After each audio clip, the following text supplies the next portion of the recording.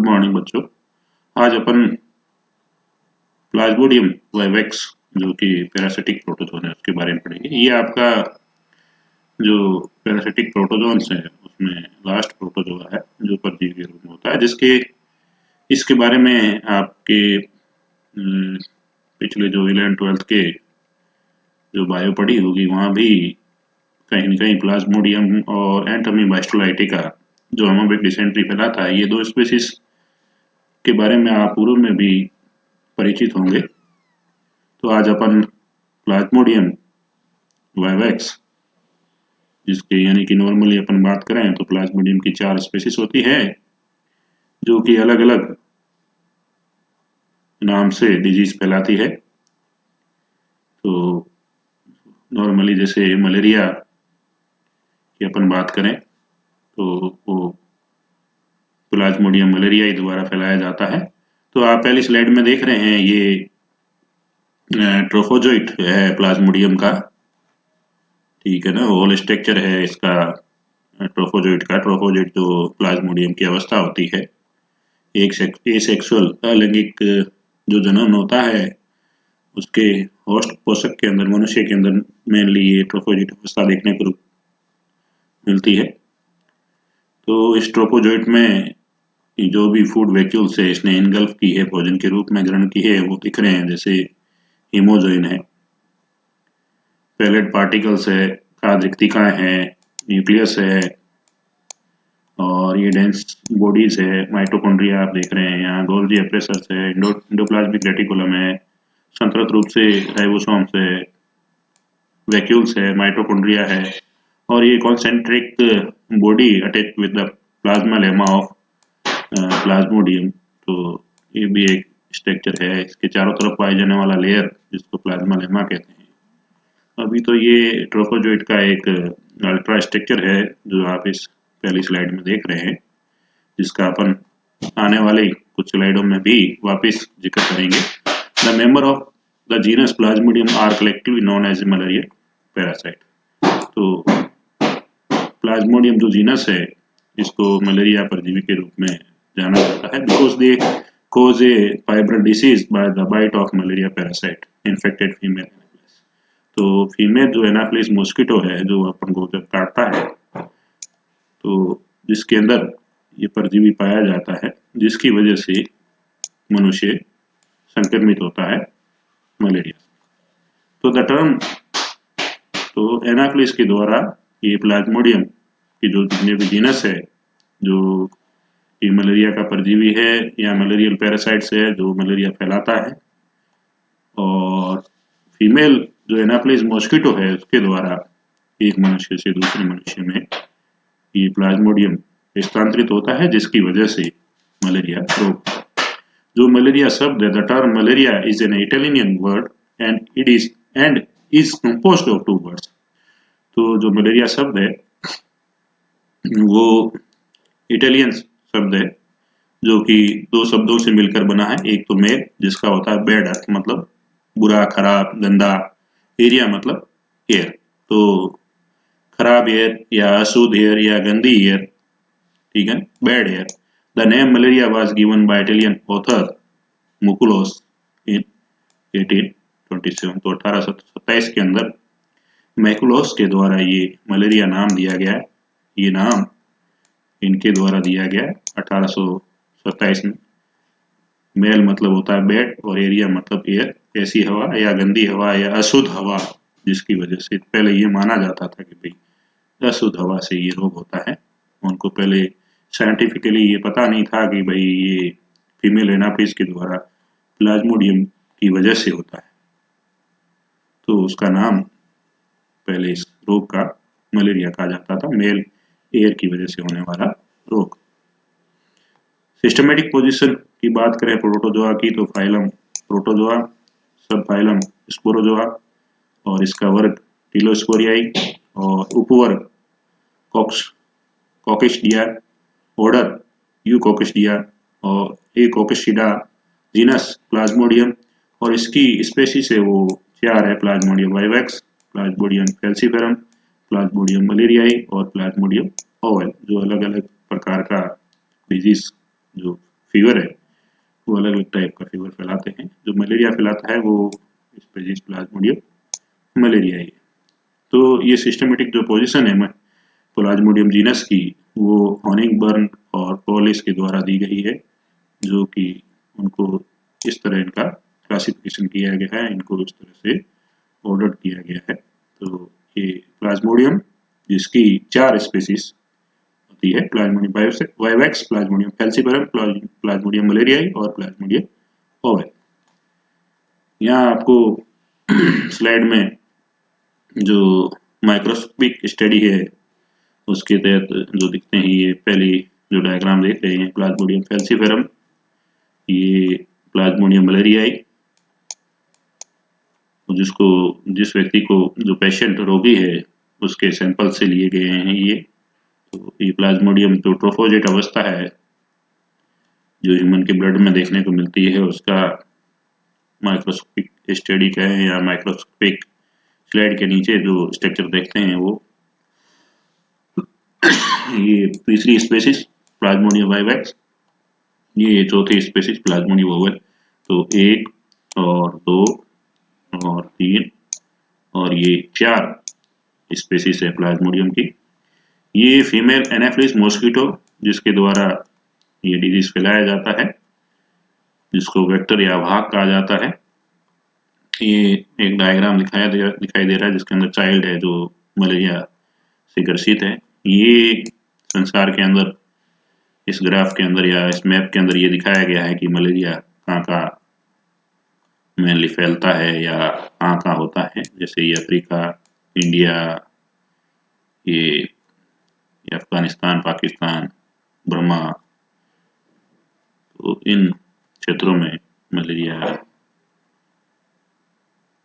के रोगी ज्यादा देखने को मिलते हैं। पोषक की बात करें, the host of malarial parasites, the life cycle of human malarial parasite Plasmodium is completed by 2 host. तो ये जो प्लाज्मोडियम जीनस है जो मलेरिया का परजीवी है, ये अपना जीवन काल 2 पोषकों के अंदर संपन्न करता है, इसलिए ये डाइजेनिक कहलाता है। इसके 2 पोषक है। एक तो ये अपना जो जीवन काल है अलैंगिक एसेक्सुअल जो इसकी लाइफ साइकिल है परजीवी की, वो ये किसके अंदर संपन्न करता है, मैन के अंदर, मनुष्य के अंदर।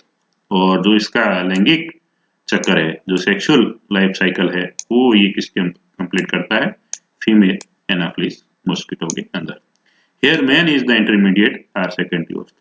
तो यहाँ पर जो मनुष्य है वो क्या है, इंटरमीडिएट है या फिर द्वितीय पोषक है। और जो फीमेल एनाफिलिस मॉस्किटो है वो क्या है, इसका डेफिनेट होस्ट है या फिर इसका प्राथमिक होस्ट है। ठीक है ना। तो यहाँ पर जो इनवर्टिब्रेट जो इंसेक्ट है जिसको जो कि एनाफिलिस मॉस्किटो होते हैं, एनाफिलिस मॉस्किटो जिसमें भी फीमेल होती है मेल नहीं, तो ये यहाँ पर डेफिनेटिव होस्ट या प्राइमरी होस्ट यानी कि प्राथमिक होस्ट की तरह होते हैं ये मलेरिया पैरासाइट के लिए, मलेरिया परजीवी के लिए। जबकि और इनके अंदर लैंगिक जो जनन की क्रिया है वो चलती है इसकी प्लाज्मोडियम की, जबकि अलैंगिक जीवन चक्र है वो मनुष्य के अंदर चलता है और मनुष्य यहाँ पर इसका द्वितीय पोषक होता है यानी कि इंटरमीडिएट होस्ट होता है। डेफिनेटिव होस्ट और प्राइमरी होस्ट। तो मलेरिया जो परजीवी है प्लाज्मोडियम, तो उसका डेफिनेटिव और प्राइमरी होस्ट कौन है, एनाफिलिस मॉस्किटो जो कि अकेशरिकी है और इंसेक्ट आके अंदर आते हैं। The host which provide nutrition to the parasite and which the parasite attains sexual maturity and undergoes sexual reproduction is termed the primary or definitive host. तो यहाँ बात आती है कि प्राथमिक और डेफिनेटिव होस्ट किसको कहा जाता है, यानी कि प्राथमिक जो पोषक है या डेफिनेटिव जो होस्ट है वो किसको कहा जाता है, वो उनको कहा जाता है जिनके अंदर परजीवी पोषण प्राप्त करते हैं और मैच्योरिटी अपनी परिपक्व अवस्था को प्राप्त करते हैं और जिनके अंदर लैंगिक जनन की प्रक्रिया होती है। तो उस प्रकार के जो पोषक है जिनके अंदर परजीवी अपना जीवन इस तरह का प्राप्त करते हैं वो पोषक क्या कहलाते हैं, प्राथमिक पोषक कहलाते हैं या डेफिनेटिव होस्ट कहलाते हैं। यहाँ यही डिफाइन किया गया है, the host which provide nutrition. तो ऐसे पोषक जो उनको पोषण देते हैं परजीवी को, and which the parasite attend sexual maturity, जिसकी वजह से वो अपनी लैंगिक परिपक्वता को हासिल करते हैं और सेक्सुअल रिप्रोडक्शन करते हैं, लैंगिक जनन करते हैं। एंड इस प्रकार के पोषकों के अंदर होने वाली इस प्रकार की गतिविधि वाले जो पोषक है वो उस परजीवी के लिए क्या कहलाएंगे, प्राथमिक होस्ट कहलाएंगे। इंटरमीडिएट या द्वितीयक जो पोषक है सेकेंडरी होस्ट है। The intermediate or secondary host is one which some development of the parasite take place and the sexual reproduction does not happen. तो थोड़ा बहुत उनके अंदर विकास होता है लेकिन लैंगिक जनन की प्रक्रिया उनके अंदर नहीं देखने को मिलती। तो इस प्रकार के जो होस्ट होते हैं या पोषक होते हैं परजीवी के लिए वो क्या कहलाते हैं, द्वितीय पोषक कहलाते हैं या सेकेंडरी होस्ट या intermediate host. Considering the reproductive condition of the malarial parasite Plasmodium species, the female Anopheles mosquito is the primary or definitive host। तो अब ये क्लियर हो गया कि जो लैंगिक जनन की प्रक्रिया है किसकी, प्लाज्मोडियम की, वो किसके अंदर संपन्न होती है, फीमेल एनाफ्लिस मॉस्किटो के अंदर। और वहां पर ही वो सेक्सुअल मैच्योरिटी हासिल करता है, मतलब लैंगिक जनन की जो उसकी परिपक्वता है वो उसी के अंदर जो प्लाज्मोडियम है वो हासिल करता है। तो इसलिए क्या है, जो फीमेल एनाफ्लिस मॉस्किटो है वो क्या है, इसका डेफिनेटिव होस्ट है या इसका प्राइमरी पोषक है यानी प्राथमिक पोषक। Place with in the mosquito and other vertebrates are intermediate host because the asexual reproduction takes place within them। तो दूसरे जितने भी कशुरेकी है वो उसके इंटरमीडिएट होस्ट होते हैं या फिर ऐसे होते हैं जिनके अंदर अलैंगिक जनन प्रक्रिया होती है, जिसके अंदर कौन आता है, mainly human. In other sense, the definitive host, like the female Anopheles mosquito or other insect, is one which transmits parasite from one host to another, called vector या carrier host। तो वाहक पोषक कह सकते हैं जिसको वेक्टर या जो कैरी करता है एक जगह से दूसरी जगह प्लाज्मोडियम को लेके जाता है।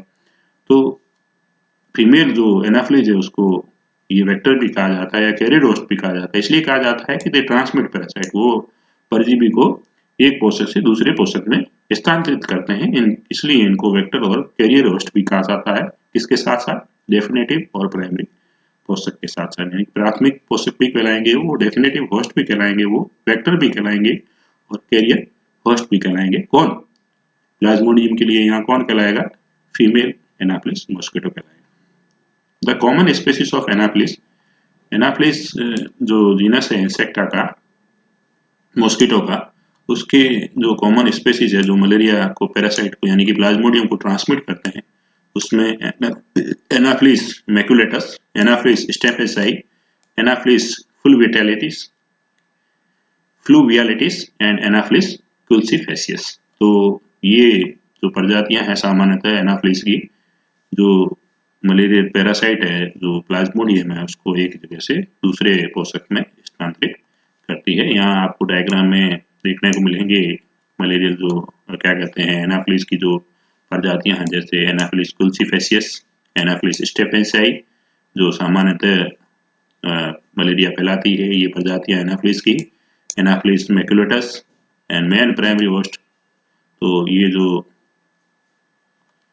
मुख्य जो होस्ट होता है मलेरिया का वो उसकी ये स्पीसीज है जिसको अपन डेफिनेटिव होस्ट या प्राइमरी होस्ट कहते हैं, या अपन इसको कैरियर भी कहते हैं और वेक्टर भी कहते हैं। वो सारे ये क्या है, मच्छर होते हैं और जो कि अकशेरुकी होते हैं और इंसेक्टा वर्ग के अंदर आते हैं और उनकी जीनस एनाफ्लिस है और उनकी अलग अलग ये स्पीसीज है, स्टेफेंसाई, कुल्सीफेसियस, मैकुलेटस।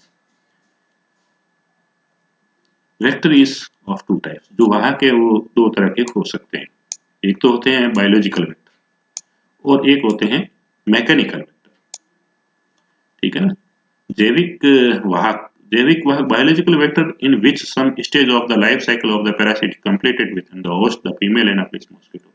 तो बायोलॉजिकल वेक्टर या जैविक वाहक उनको कहा जाता है जिनके अंदर परजीवी का जीवन काल संपन्न होता है। Some stages of the life cycle, मतलब उसकी कुछ जीवन काल की कुछ अवस्थाएं उसके अंदर संपादित होती है और उसके अंदर होती हो, तो उस प्रकार के जो भी पोषक है वो क्या कहलाएंगे, बायोलॉजिकल वेक्टर या जैविक वेक्टर कहलाएंगे, जब जो कि यहाँ पर प्लाज्मोडियम के लिए कौन है, फीमेल एनाफिलिस मॉस्किटो। और मैकेनिकल जो वेक्टर है वहां के, mechanical vector is one by which the parasite are transmitted from one host to another possibly. तो मैकेनिकल वेक्टर सिर्फ क्या करते हैं, उसको परजीवी को स्थानांतरित करते हैं, उनके अंदर किसी प्रकार का जीवन काल संपन्न नहीं होता जैसे, तो उस प्रकार passively fly red extra the life cycle of the Parachute is not completed with in the mechanical vector. तो अभियान जिसको मैकेनिकल वेक्टर, वैसे वेक्टर जिनके अंदर किसी प्रकार का परजीवी का जीवन काल उनके अंदर नहीं होता है, या किसी प्रकार के जीवन काल की कोई अवस्थाएं उसके अंदर संपन्न नहीं होती है। The life cycle of the Parachute is not completed with in the mechanical vector body and only the pathogen or infection are transmitted mechanically and passively with the help of different organs of the individual। तो इनके अंगों की वजह से या इनकी वजह से, जैसे ये फ्लाई है या रेट है, ये क्या करते हैं, सिर्फ स्थानांतरित करते हैं परजीवी को, इनके अंदर किसी प्रकार की लैंगिक जनन की या अलैंगिक जनन की कोई भी अवस्था संपन्न नहीं होती। तो इस प्रकार के वाहक क्या कहलाते हैं, मैकेनिकल वेक्टर या मैकेनिकल वाहक कहलाते हैं।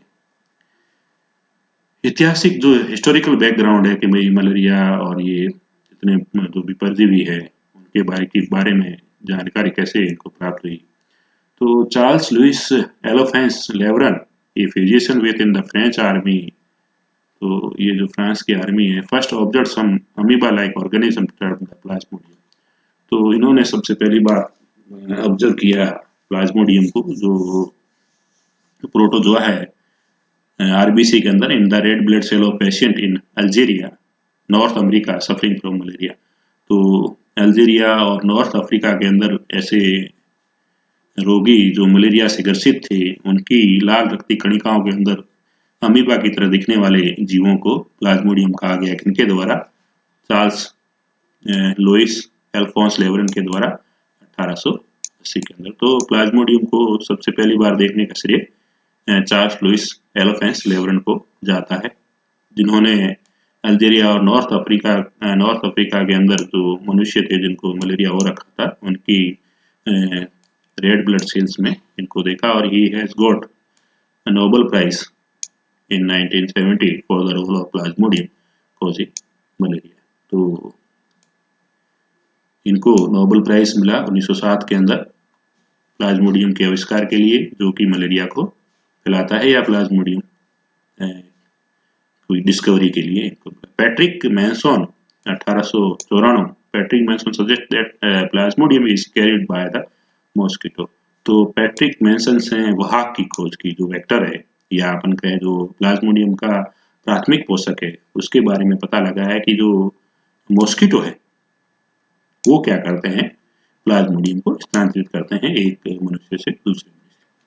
Sir Ronald Ross is a surgeon with the British Army. तो ये जो ब्रिटेन की आर्मी है उनके अंदर एक सर्जन थे, तो Sir Ronald Ross in India discovered 1897। तो ये ब्रिटिश आर्मी के थे और भारत के अंदर इन्होंने 1897 में दैट फीमेल एनाफिलिस। तो पैट्रिक मैनसन ने सिर्फ यही पता लगाया था कि मॉस्किटो है जो रोग फैलाते हैं, लेकिन मॉस्किटो में कौन, फीमेल या मेल। तो फीमेल जो एनाफिलिस है मॉस्किटो, वो कैरी करती है प्लाज्मोडियम को और मलेरिया फैलाती है। तो सर रोनाल्ड रोस ने ये बताया कि जो मॉस्किटो में एनाफिलिस और एनाफिलिस में जो फीमेल है वो कैरी करती है किसको, प्लाज्मोडियम को, प्लाज्मोडियम की स्पीशीज को कैरी करती है, और एक मनुष्य से दूसरे मनुष्य में प्लाज्मोडियम को ट्रांसमिट करती है, जिसकी वजह से malaria. And discover the development stages of the Parachute in mosquito. तो इन्होंने जो लैंगिक जनन की जितनी भी अवस्थाएं हैं जो मॉस्किटो के अंदर रन होती है, किसकी,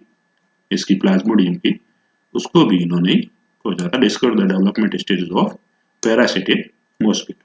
this discovery was done in a Presidency General Hospital Calcutta. तो ये प्रेसिडेंसी हॉस्पिटल जो था कलकत्ता के अंदर, recently it is called as SSKM hospital Kolkata, and he was awarded Nobel prize for medicine for this discovery. तो सर रोनाल्ड रोस को इसकी खोज के लिए 1902 के अंदर नोबेल प्राइज मिला, जिन्होंने ये पता लगाया कि जो मलेरिया का परजीवी है प्लाज्मोडियम, वो जो मच्छर है फीमेल मादा एनाफिलिस के द्वारा फैलाया जाता है, और मादा एनाफिलिस के अंदर जो लैंगिक जनन की प्रक्रिया है प्लाज्मोडियम का, उसका भी अध्ययन इन्होंने किया था। तो इसके लिए सर रोनाल्ड रॉस को 1902 के अंदर नोबेल प्राइज दिया गया, जो कि इनका एक्सपेरिमेंट है वो यहीं इंडिया के अंदर 1897 के अंदर, और ये ब्रिटिश आर्मी के अंदर थे। और ये प्रेसिडेंसी सेंट्रल जनरल हॉस्पिटल जो कलकत्ता का है, जिसको आज के समय में SSKM हॉस्पिटल कहा जाता है, उनके अंदर इन्होंने काम किया था, और इसके लिए उनको मेडिसिन में 1902 के अंदर नोबेल प्राइज भी मिला। बिग्नामी एंड बेस्टिनेली एंड ग्रासी 1898 और 1899 में इन्होंने डिस्कवर किया द लाइफ साइकिल ऑफ, तो जो मॉस्किटो के अंदर यानी कि मादा जो एनाफ्लीज है उसके अंदर प्लाज्मोडियम की कौन सी अवस्था चलती है, लैंगिक अवस्था, जबकि अलैंगिक जो अवस्था है वो मनुष्य के अंदर रन होती है। वो मनुष्य क्या है, इसका द्वितीयक पोषक है या इंटरमीडिएट होस्ट है, किसका, प्लाज्मोडियम का। तो मनुष्य के अंदर जो जीवन चक्र चलता है, तो discover the life cycle of human malaria with in the anopheles, तो इन्होंने जो दूसरी अलग स्पीसीज है किसकी, मलेरिया किसकी, एनाफ्लिस की, जो आग है, तो वो है एनाफ्लिस मैकुलेपिस। तो मैक्यूली पेनिस, एनाफ्लिस मैक्यूली पेनिस, तो इसके अंदर जो मलेरियल पैरासाइट है प्लाज्मोडियम, तो उसकी जो जीवन काल है वो इन्होंने खोजा या इन्होंने डिस्कवर किया। तो एक ये ध्यान रखें कि जो लैंगिक जनन है वो इंसेक्ट के अंदर होता है, और अलैंगिक जो जनन है प्लाज्मोडियम की जितनी व्यवस्था है वो उसके जो द्वितीयक पोषक है यानी कि इंटरमीडिएट जो होस्ट है मनुष्य, ह्यूमन बीइंग है, तो उसके अंदर चलती है। तो जो जीवन काल एनाफिस के अंदर है, तो वो सर रोनाल्ड रॉस ने खोजा, उसका असेक्सुअल या अपन का अलैंगिक जीवन काल का चक्र जो है, और एनाफ्लिस मैकुली पेनिस के अंदर इन्होंने खोजा बिग्नामी और बेस्टेनेली एंड ग्रासी ने। ज्योग्राफिकल डिस्ट्रीब्यूशन की बात करें, they are found world wide extending from 60 degree north to 46 degree south of the equator and covering a larger portion of the tropical, तो ये उपोष्ण और उष्ण कटिबंधीय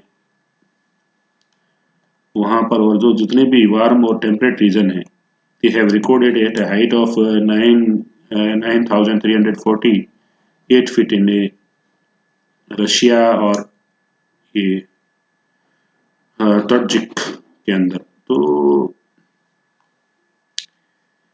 ये जो एरिया थे, यहाँ पर इन्होंने ये देखा कि यहाँ पर भी मलेरिया उनको देखने को मिला। ट्रॉपिकल है, उपोष्ण कटिबंधीय है, शीतोष्ण कटिबंधीय है, और सब ट्रॉपिकल एरियाज है।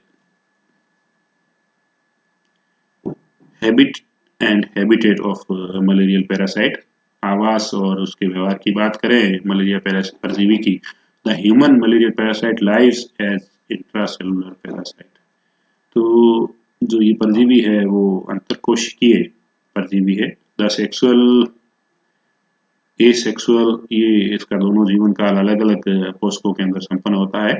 The asexual stage is found in the reticuloendothelial system of man and sexual stage spends in the digestive system in the female Anopheles mosquito। तो पिछले जो स्लाइडों में अध्ययन के पश्चात आपको इतना पता चल गया होगा कि इसके दो पोषक है, ठीक है ना, अपना जीवन काल दो पोषकों के अंदर संपन्न करता है। तो एक तो मादा एनाफ्लिस और दूसरा ह्यूमन बीइंग होता है। तो जो मादा एनाफ्लिस है उसके अंदर इसका लैंगिक जीवन काल संपन्न होता है, जो कि उसके आहार नाल के अंदर होता है, और वो फीमेल एनाफ्लिस मॉस्किटो होता है।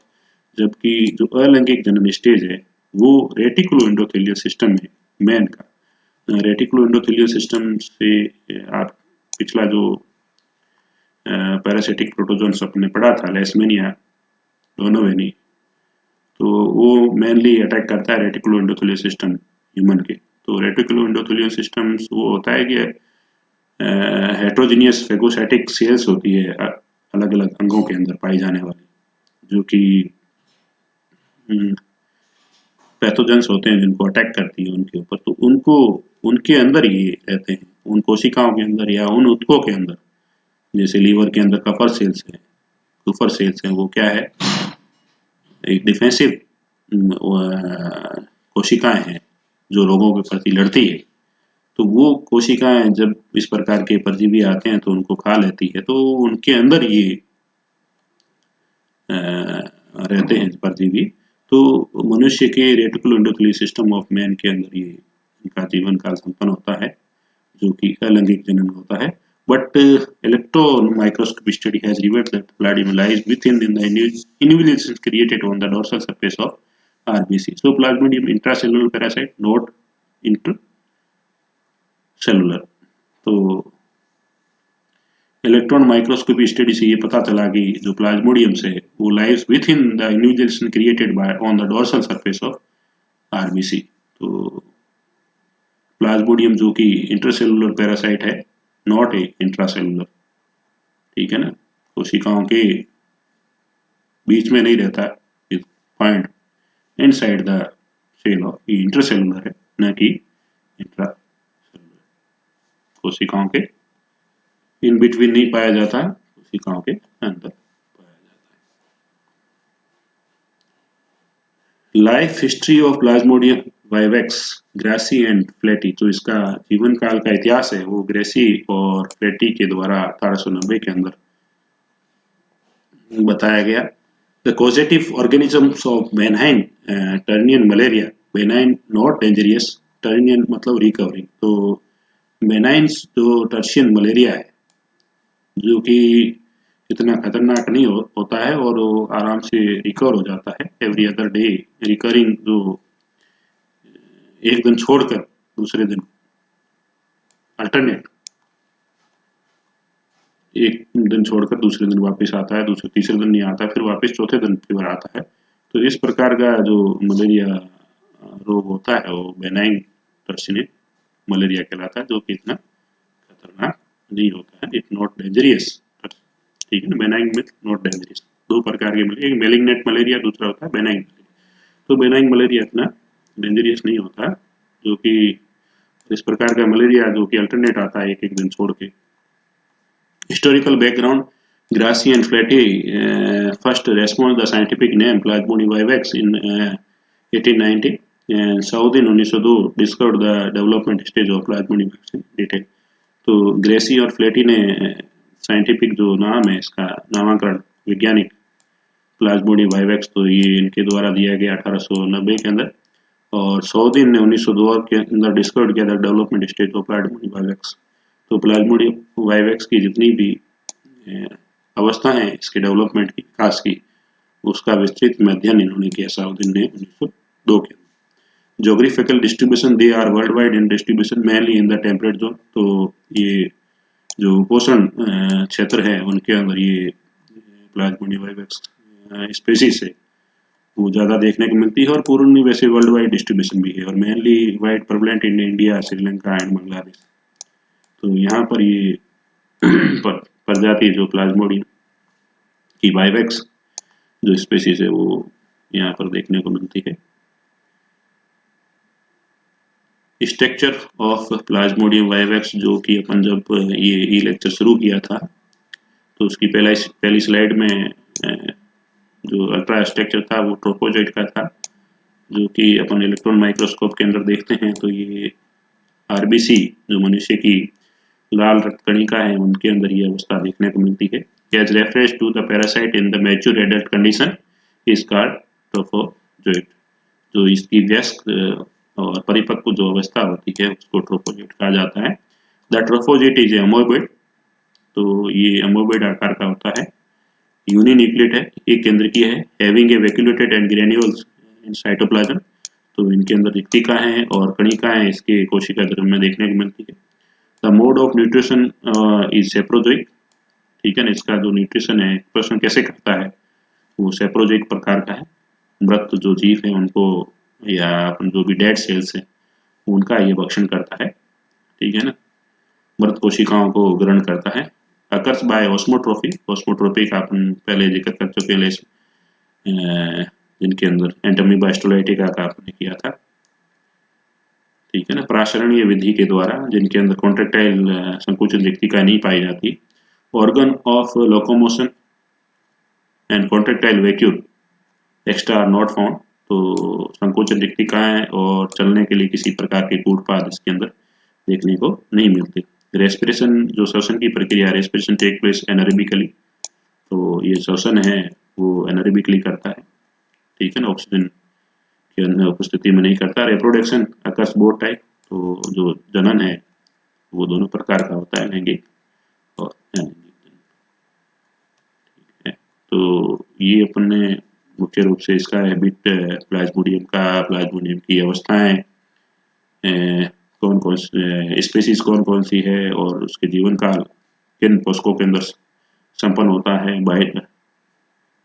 बायोलॉजिकल वेक्टर और मैकेनिकल वेक्टर्स क्या होते हैं, लैंगिक जनन और अलैंगिक जनन की प्रक्रिया इसकी कहाँ किसमें संपन्न होती है, प्राइमरी और सेकेंडरी होस्ट कौन होते हैं और किन्हें प्राइमरी और सेकेंडरी यानी कि प्राथमिक और द्वितीयक होस्ट कहा जाता है, यानी कि डेफिनेटिव और इंटरमीडिएट होस्ट कहा जाता है, किनको कहते हैं और क्यों कहते हैं। तो उसके बारे में आज अपन ने चर्चा की। नेक्स्ट जो ये लेक्चर रहेगा जिसके अंदर अपन लाइफ साइकिल ऑफ प्लाज्मोडियम का अध्ययन करेंगे।